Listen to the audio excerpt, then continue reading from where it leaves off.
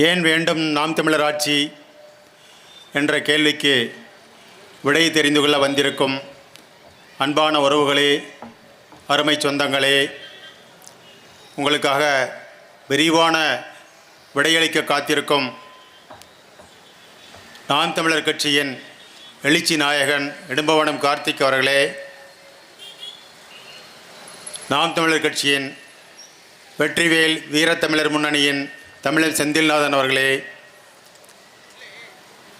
நாம் தமிழர் கட்சியின் போர்வாள் திரு சாட்டைத்துறை முருகன் அவர்களே, ஏனைய சொந்தங்களே, உங்கள் அனைவருக்கும் எனது இனிய மாலை வணக்கம். முதலில் நாம் தமிழர் கட்சியின் கரூர் சட்டமன்ற தொகுதி வேட்பாளராக என்னை அறிவித்த அண்ணன் சீமான் அவர்களுக்கு நன்றி கூறிக்கொண்டு எனது சிறிய உரையை தொடங்குகின்றேன். நான்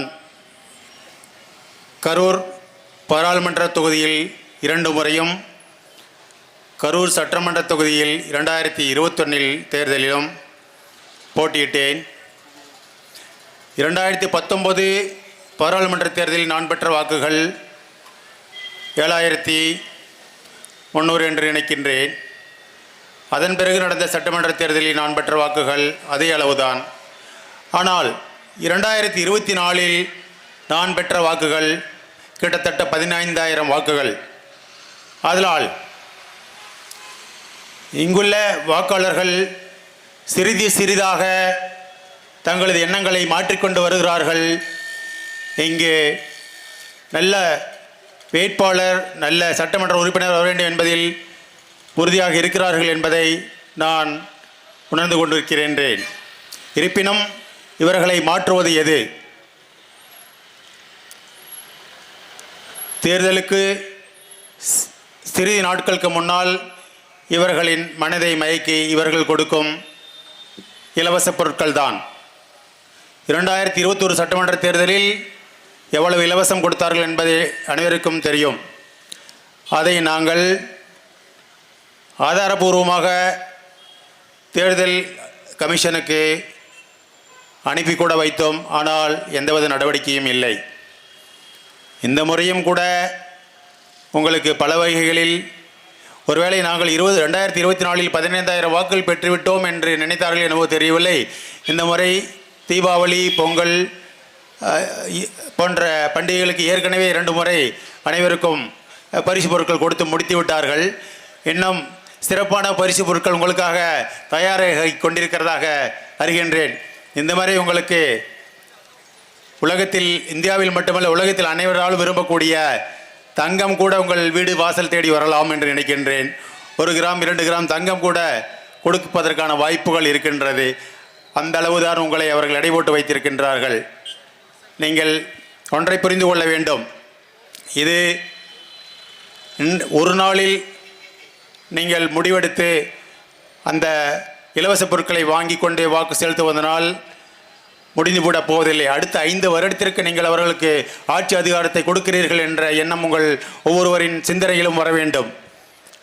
உங்களுக்கு ஒரு 10,000 பரிசு பொருள் கொடுக்கிறார் என்றால் அவர் எதிலிருந்து கொடுப்பார்? அவர் வாங்கும் சம்பளத்திலிருந்து கொடுக்கின்றாரா? ஒரு சட்டமன்ற உறுப்பினருக்கு சம்பளம் எவ்வளவு தெரியுமா? ஒரு 2 லட்சம் என்று வைத்துக் கொள்ளுங்கள். அந்த 2 லட்சத்தில் அவர் உங்களுக்கு எப்படி அவ்வளவு பரிசு பொருட்கள் கொடுக்க முடியும்? நன்றாக யோசித்து பாருங்கள். ஏற்கனவே தமிழ்நாடு மீளா கடனில் இருக்கின்றது. இந்தியா, தமிழ்நாடு 2மே கடனில் தான் இருக்கிறது. இந்தியாவின் கடன் 196 லட்சம் கோடி, தமிழ்நாட்டின் கடன் 10 லட்சம் கோடி. ஆக இவர்கள் மீண்டும் ஆட்சிக்கு வந்தால் இன்னொரு 5 லட்சம் கோடி கடன் தான் உருவாகும் என்பதை மட்டும் மனதில் வைத்துக்கொண்டு எதிர்கால தலைமுறையினர் சிறப்பாக வாழ வேண்டும். அவர்களுக்கு சிறந்த கல்வி, சிறந்த மருத்துவம், எதிர்கால மக்கள் பொருளாதாரத்தில் முன்னேற வேண்டும் என்று நீங்கள் விரும்பினால் நாம் தமிழர் கட்சியின் வாக்காளர்களை தேர்ந்தெடுத்து வாக்களியுங்கள். இங்கே நான் 2021 சட்டமன்ற தேர்தலில் ஒரு பகுதியில் பிரச்சாரத்திற்கு சென்றபோது மணல் அங்கே வழக்கமாக வண்டிகளில் எழுதி கொண்டு போவார்கள். நான் ஒரு பெண்மணியிடம் பேசினேன். கிட்டத்தட்ட ஒரு 20 நிமிடம் பேசினேன். மாடு வண்டி வைத்திருக்கிறீர்கள், ஏன் இப்படி மண் அள்ளிக்கிட்டு இருக்கீங்க? இது உங்களுக்கே நல்லா இருக்கா? இதனால் எவ்வளவு பாதிப்பு வரும்னு தெரியுமா? நீங்கள் மட்டும் இல்லை, உங்களை மாதிரி ஒரு 50-100 பேர் தினமும் அள்ளிக்கிட்டு இருக்காங்க. இல்லைங்க இதுதான் எங்களுக்கு வாழ்வாதாரமே, நாங்கள் இதை அள்ளினா தான் எங்களுக்கு பிழைப்பே ஓடுது அப்படின்னாங்க. சரி, மாட்டு வண்டியில் மணல் அள்ளுறதுனால எந்த பாதிப்பும் இருக்காது. ஒரு நாளைக்கு ஒரு வண்டி மாட்டு மணல் அள்ளுறதுனால எந்த பாதிப்பும் இருக்காது. ஆனால் இந்த மாட்டு வண்டி மணல் நமது ஊரில் உள்ள கட்டடங்களுக்கு மட்டும் பயன்படுத்தப்படுகின்றதா? இல்லை. இவர்கள் கொண்டு போய் ஒரு இடத்தில் குவிக்கிறார்கள். அதை குவித்து வாங்கி, மலை போல் குவித்து வாங்கி வெளி மாநிலங்களுக்கும் வெளிநாடுகளுக்கும் ஏற்றுமை செய்து பெருமளவில் பொருளீட்டுகிறார்கள். அதுதான் உண்மை. இதை புரிந்து கொள்ளுங்கள் மாட்டு வண்டியில் மணல் அள்ளும் நண்பர்கள், உறவினர்கள் அனைவரும். எனவே இத்தகைய செயலை நீங்கள் செய்யாதீர்கள். மாற்றுத் தொழிலை தேடி செல்லுங்கள். இந்த பக்கம் காவிரி, இந்த பக்கம் அமராவதி, இரண்டும் எப்போதும் தண்ணி ஓடிக்கொண்டிருந்த ஆறுகள் தான். ஆனால் இப்பொழுது எப்படி இருக்கின்றது நிலைமை? காவிரியில் தண்ணி போனாலும் கரை எவ்வளோ உயரத்தில் இருக்குது, தண்ணி அங்கே போகுது. தண்ணியை பார்த்துக்கிட்டு தான் இருக்க முடியுது, விவசாயம் பண்ண முடியல. நெல், கரும்பு எல்லாம் 20 வருஷத்துக்கு முன்னாடி கண் கூட பார்த்தது மட்டும்தான். இப்போ எதுவுமே இல்லை. எல்லாரும் தென்னை மரத்துக்கு போயிட்டாங்க. காரணம், காவிரி ஆறில் 3-4 மாதங்கள் ஓடும் தண்ணீரால் எந்த விவசாயமும் செய்ய முடியவில்லை என்பதுதான் உண்மை. தண்ணீர் நிற்பதில்லை, அதுதான் முக்கியமான உண்மை. காரணம், மணல் அள்ளப்பட்டு விட்டது. ஒவ்வொரு மணலும் ஒரு 20 அடி அளவுக்கு பல இடங்களில் அள்ளி இருக்கின்றார்கள். அந்த குழியில் தண்ணி நிற்கும், அதனால எந்த யூஸும் கிடையாது. அதுக்கு மேலே இருக்கிற தண்ணி நிற்காமல் ஓடிடும், அவ்வளோதான். இதுதான் உண்மை. இந்த நிமிஷத்திலிருந்து மணல் அள்ளதை நிறுத்தினால் கூட நமது காவிரி படுகையில் மணல் படிவதற்கு 50 ஆண்டுகளுக்கு மேலாகும். எனவே அடுத்த தலைமுறை வாழ்வதற்கு நீங்கள் வழிவகுக்க வேண்டும். அதற்கு இந்த மணல் அள்ளுறது ஒருத்தர் 2 பேர் தான் அள்ளுறாங்கன்னு சொல்லி எல்லாரும் பேசாமல் இருந்துடாதீங்க. எங்கே மணல் இல்லாததும் அதை அவங்களுக்கு எடுத்து சொல்லுங்கள், தட்டி கேட்கணும்னு சொல்லி எடுத்து சொல்லுங்கள், இதனால் எவ்வளோ தீமைகள் இருக்குது என்றது. இந்த பக்கம் அமராவதி ஆறு எடுத்துக்கிட்டிங்கன்னா அதுலேயும் மணல் தான் அள்ளுறாங்க. அந்த அமராவதி ஆற்றுல பார்த்தீங்கன்னா ஏகப்பட்ட முட்புதர்கள். தண்ணி வந்தால் கூட அப்படியே அங்கங்கே தேங்கி தான் நிற்கிது, கொஞ்ச நாள் நிற்கும், அப்புறம் ஓடிடும். அந்த முட்புதர்களை சரி செய்தாலே அமராவதி ஆற்றில் அவ்வளவு தண்ணீர் வளம் கொளிக்கும் என்பதை உங்களுக்கு நினைவுபடுத்துகின்றேன். இது இல்லாமல் பக்கத்தில் தாதம்பாளையம்னு ஒரு ஏரி இருக்குது. அது அரவக்குறிச்சி கரூர் ரெண்டுக்கும் வளம் கொளிக்கின்ற ஒரு பெரிய ஏரி, 400 ஏக்கர் அளவில் இருக்குது. அது இப்போ ஃபாரஸ்ட் டிபார்ட்மெண்ட் கண்ட்ரோல் இருக்குதுன்னு சொல்கிறாங்க. இதை மத்திய அரசுடன் இணக்கமாக உள்ள மாநில அரசு பேசி சரி செய்து அந்த ஏரியில் தண்ணீர் நிரப்பினாலே கரூர், அரவக்குறிச்சி 2 மாவட்டங்களிலும் எப்போதும் வற்றாமல் ஜீவனுள்ள விவசாயம் நடக்கும் என்பதை உங்களுக்கு நினைவுபடுத்த விரும்புகின்றேன். மேலும் இப்போது நடக்கின்ற இந்த ஆட்சியாளர்களால் இங்குள்ள மாணவர்களின் கல்வித்தரம் எந்த அளவு இருக்கிறது என்பது உங்களுக்கு நன்றாகவே தெரியும். ஒரு கரூரில் ஒரு கிட்டத்தட்ட 2-3 பள்ளிக்கூடங்களை மூடிட்டு மறுபடியும் காரணம் கேட்டால் 10 குழந்தைகள் தான் படிக்கிறாங்க அப்படின்னு சொல்கிறாங்க. காரணம் என்ன? கல்வித்தரம் இல்லை, நல்ல கூரை வசதி இல்லை. நானே ஒரு பள்ளிக்கூடத்துக்கு வண்ணம் அடித்து கொடுத்திருக்கின்றேன், இன்னொரு பள்ளிக்கூடத்திற்கு தரைத்தளம் போட்டு கொடுத்திருக்கின்றேன். அதுதான் தொடக்கப்பள்ளியின் நிலைமை நமது தமிழ்நாட்டில். இந்த பள்ளிக்கூடங்களெல்லாம் மூடிவிட்டு மத்திய அரசின் ஈடுபாட்டுடன் கூடிய புதிய பள்ளிகளை தொடங்குவதற்கான திட்டம் தயாராகி கொண்டிருக்கின்றது. எனவே ஆங்காங்கே இருக்கும் தொடக்கப்பள்ளிகளை மூடாமல் அங்குள்ள ஆசிரியர்களை அரவணைத்து நமது ஊரில் உள்ள தொடக்கப்பள்ளிகளை தொடர்ந்து இங்கே அனைவரும் ஆவணம் செய்யுங்கள். அடுத்து பார்த்திங்கன்னா, எவ்வளோதான் படித்தாலும் வேலையின்மை. காரணம் என்ன? அதற்கான தொழிற்கட்டமைப்புகள் எதுவும் இல்லை. தொழிற்கட்டமைப்பு ஒவ்வொரு தொழிற்சாலையும் தொடங்குறது மட்டுமா? இல்லையே. தற்சார்பு பொருளாதாரம்னு ஒன்று இருக்குது. எந்த ஒரு நாட்டில் தற்சார்பு பொருளாதாரம் வளர்கிறதோ அங்குதான் பொருளாதாரம் உயரும். நம்ம நாட்டில் தற்சார்பு பொருளாதாரம் இருக்கா? இல்லை. இங்கே சாராய ஆலை மட்டும்தான் இருக்குது.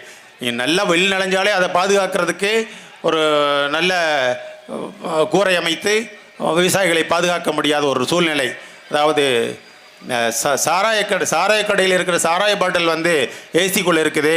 இங்கே நெல்லெல்லாம் களத்தில் கொட்டி முளைச்சிக்கிட்டு இருக்குது தன்னால். இதுதான் இங்கே உள்ள நிலைமை. இந்த நிலைமையெல்லாம் மாறணும். மருத்துவம் சொல்லவே வேண்டியதில்லை. நம்ம ஊரில் இப்போ மெடிக்கல் காலேஜ் கூட வந்திருக்கு. அது அவசர கதியில் உருவாக்கப்பட்ட, முந்தைய ஆட்சியாளர்களால் அவசர கதியில் உருவாக்கப்பட்ட ஒரு மருத்துவக் கல்லூரி. அதிலும் நோயாளிகள் சென்று வைத்தியம் பார்த்து கொண்டு தான் வந்து கொண்டிருக்கிறார்கள். கடந்த முறை அண்ணன் வரும்பொழுது கூட கேட்டார், என்ன டாக்டர் கட்டணமெல்லாம் எப்படி ஆயிடுச்சு, பக்கமாக கட்டினது தானே அப்படின்னாரு. ஆமாங்கண்ணா அப்படின்னு. எத்தனை தான் நம்ம வந்து சரி பண்ணுறது அப்படின்னு நான் கேட்டாங்க. அதான் வந்து இப்போ உள்ள மருத்துவக் கல்லூரி நிலைமை. அந்த மருத்துவக் கல்லூரியில் விரிவுபடுத்தி கொண்டு போகிறது கூட அந்த இடத்துல இடம் இல்லை. அவ்வளவு சின்ன இடத்துல தான் அதை கட்டியிருக்காங்க. அதை வந்து மிகப்பெரிய இடத்துக்கு கொண்டு போயிருந்தால் இன்னும் கரூரினுடைய புகழ் எங்கோ சென்று கொண்டிருக்கும். அருகாமை மாவட்டங்களிலிருந்து கூட வந்து வைத்தியம் பார்த்து செல்லக்கூடிய அளவில் நாம் அதை உருவாக்கி இருக்கலாம். இது போன்ற திட்டங்களால் நமது ஊரின் வளர்ச்சி, மக்களின் வாழ்வாதாரம் அனைத்தும் பாதிக்கப்படுகின்றது. இப்போ சமீபமாக நடந்த போக்குவரத்து நிலையம் உங்களுக்கு தெரியும். புதிய போக்குவரத்து நிலையம் திறந்தாங்க. அதுவும் கலைஞர் பெயரில் தான் திறந்தாங்க. எவ்வளவோ முன்னோர்கள் இருக்காங்க. தீரன் சின்னமலை போன்ற சுதந்திரத்துக்காக பாடுபட்ட வீரர்கள், அவர்கள் பெயரெல்லாம் கூட சூட்டியிருக்கலாம். ஆனால் அவர்கள் குடும்ப பெயரை தான் சூட்டி இருக்கின்றார்கள். சரி, அதான் சூட்டிட்டாங்க. இப்போ பஸ் நிலையமாவது சிறப்பாக இருக்கான்னு பார்த்தா அது இல்லை. தண்ணி வந்ததுன்னா பஸ் ஸ்டாண்டுக்குள்ளே போயிட்டு வர முடியாது. அதுதான் நிலைமை. இந்த மாதிரி இவர்களின் ஒவ்வொரு ஆட்சியிலும் அவசர கதியில் தொடங்கப்படும் ஒவ்வொரு திட்டங்களும் மக்களுக்கு பயனற்றதாக சென்று கொண்டிருக்கின்றது என்பதை கூறிக்கொண்டு, இளைய தலைமுறையினர் நன்றாக வாழ வேண்டும், அவர்களுக்கு சிறந்த வழிகாட்டுதல் வேண்டும் என்றால் அண்ணன் சீமான் அவர்கள்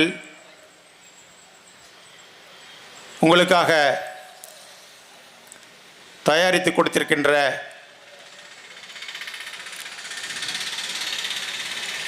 கொள்கையினை கடைபிடித்து அனைவரும் அதை தெரிந்து கொண்டு வருகின்ற தேர்தலில் நாம் தமிழர் கட்சியின் வேட்பாளர்கள் இங்கு கூட வந்திருக்கின்றார்கள். அரவக்குறிச்சி சட்டமன்ற தொகுதி, நாமக்கல் சட்டமன்ற தொகுதி, திருச்செங்கோடு சட்டமன்ற தொகுதி, அனைத்து வேட்பாளரும் இங்கே இன்று வந்திருக்கின்றார்கள். உங்கள் சொந்தங்கள் எங்கிருந்தாலும் சரி, அவர்கள் அனைவரிடம் அழைத்து பேசி நாம் தமிழர் கட்சிக்கு இந்த முறை ஒருமனதாக வாக்களியுங்கள். மீண்டும் உங்களுக்கு ஒன்று சொல்லிக்கொள்ள விரும்புகின்றேன். எக்காரணத்தை கொண்டும் வாக்குக்கு பணம் பெறாதீர்கள். காலம் சென்ற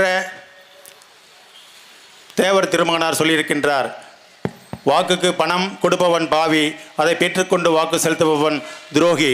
அந்த துரோகத்தை தயவு செய்து இனிமேலும் நீங்கள் செய்யாதீர்கள் என்று கூறிக்கொண்டு, அனைத்து துன்பங்களுக்குமான சாவி அதிகாரம் மட்டுமே. அந்த சாவி உங்கள் கையில்தான் இருக்கின்றது. ஆட்சி அதிகாரம் அதை நீங்கள் தான் தர வேண்டும். அந்த ஆட்சி அதிகாரத்தை நாம் தமிழர் கட்சிக்கு நீங்கள் வழங்கும் பட்சத்தில் இங்குள்ள கல்வி, பொருளாதாரம் அனைத்தும் மேம்படும் என்று கூறிக்கொண்டு, வருகின்ற தேர்தலில் பெருவாரியான வாக்குகள் வித்தியாசத்தில் நாம் தமிழர் கட்சி வேட்பாளர்களை வெல்ல வைங்கள் என்று கேட்டுக்கொண்டு எனது உரையை முடிக்கின்றேன். நன்றி, வணக்கம். நாம் தமிழர்.